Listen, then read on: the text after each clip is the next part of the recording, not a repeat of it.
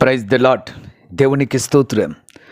క్రీస్తునందు ప్రియ సహోదరి సహోదరులారా, మన ప్రభును రక్షకుడునైన యేసుక్రీస్తు నామములో మీకు వందనములు తెలియజేయుచున్నాం. ఈ ఉదయకాలపు సమయమందు ప్రభు మిమ్మల్ని అత్యధికముగా దీవించి ఆశీర్వదించి నడిపించి బలపరచునుగాక. ఈ దినము యొక్క వాగ్దానము, ఆయనను బట్టి మనకు కలిగిన ధైర్యం ఏదనగా, ఆయన చిత్తానుసారముగా మనమేది అడిగినను ఆయన మన మనవి ఆలకించును అనునదియే. మొదటి యోహాను పత్రిక 5వ అధ్యాయము 14వ వచనం. క్రీస్తునందు ప్రియ సహోదరి సహోదరులారా, మనము ప్రార్థన చేస్తున్నాం, మన విన్నపాలను ఆయనకి తెలియజేస్తున్నాం, మన అవసరతలను ఆయనకి తెలియజేస్తున్నాం. మంచిదే. ఆయన మన అవసరతలను, మన అవసరములను, మనకు కావలసిన ప్రతి కోరికను ఆయన తీర్చాలి అని అంటే గనక అది ఆయన చిత్తానుసారమై ఉండాలి. ఆయన చిత్తానుసారముగా మనము అడిగిన ఎడల ఆయన మన మనవిని ఆలకిస్తాడు. ప్రియ సహోదరి సహోదరులారా, ప్రార్థన చేస్తున్నాం, విజ్ఞాపన చేస్తున్నాం, గొప్పగా దేవుని మన ఆరాధన చేస్తున్నాము. కానీ మన ప్రార్థన, మన ఆరాధన ఆయన చిత్తానుసారముగా ఉన్నదా లేదా అనేది చాలా అవసరం. ఆయన చిత్తానుసారముగా మనం ఎటువంటి మనవి చేసినను ఆయన మన మనవి ఆలకిస్తాడు. ఆయన చిత్తములో లేనటువంటి మనవిని ఆయన అంగీకరించడు. అందుకనే దావీదు అంటాడు, నీవే నా దేవుడవు, నీ చిత్తానుసారముగా ప్రవర్తించుటకు నాకు నేర్పుము. కీర్తనలు 143:10. ప్రియ సహోదరి సహోదరులారా, దేవుని యొక్క చిత్తమును ఎరిగినటువంటి దావీదు, దేవుని యొక్క చిత్తమును తెలుసుకున్నటువంటి దావీదు, దేవుని చిత్తమును గూర్చే ఆయన మాట్లాడుచున్నాడు. దేవా, నన్ను నీ చిత్తానుసారముగా నడిపించుము, ప్రవర్తించుట నాకు నేర్పమని అడుగుచున్నాడు.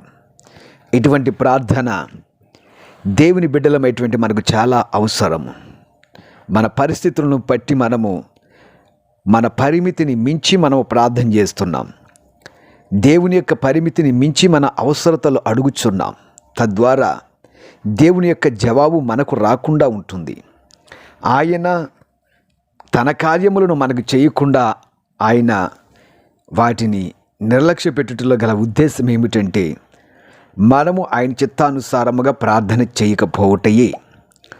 మనము ఆయన చిత్తానుసారముగా చేయకుండా ఆయన అవసరతలు లేక ఆయన చిత్తానికి మించి మనం ఎక్కువగా అడుగుట వలన అది పొందలేకున్నాం. అందుకనే దేవుని చిత్తమును గూర్చి మనము నేర్చుకోవాల్సిన పరిస్థితి చాలా ఉన్నది. ప్రభువైనటువంటి యేసుక్రీస్తే ఈ లోకములో ఉన్నప్పుడు ఆయన అప్పగించబడ్డానికి ముందుగా ఆ గెత్సేమనే తోటలోనికి వెళ్ళి ప్రార్థించాడు.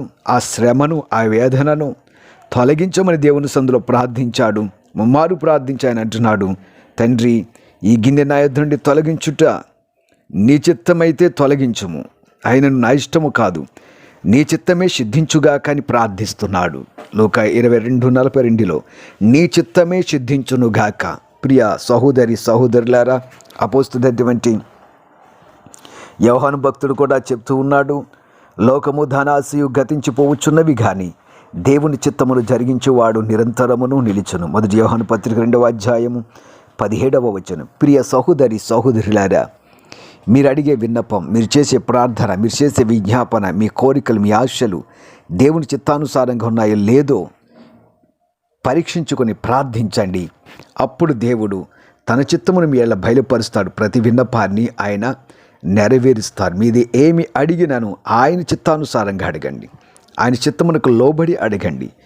దేవుని చిత్తమునకు పరిమితి మించి అడగవద్దు. మీ విన్నపాలు దేవుడు ఆలకిస్తాడు. మీ మనవులను దేవుడు అంగీకరిస్తాడు. అలాగూ ప్రార్థన చేయటం దావీదు వలె నేర్చుకొనండి. తప్పక దేవుడు మీ మనవిని అంగీకరిస్తాడు. అట్టి ధన్యత దేవుడు మీకు అనుగ్రహించునుగాక. ఆమెన్. ప్రార్థన చేద్దాం.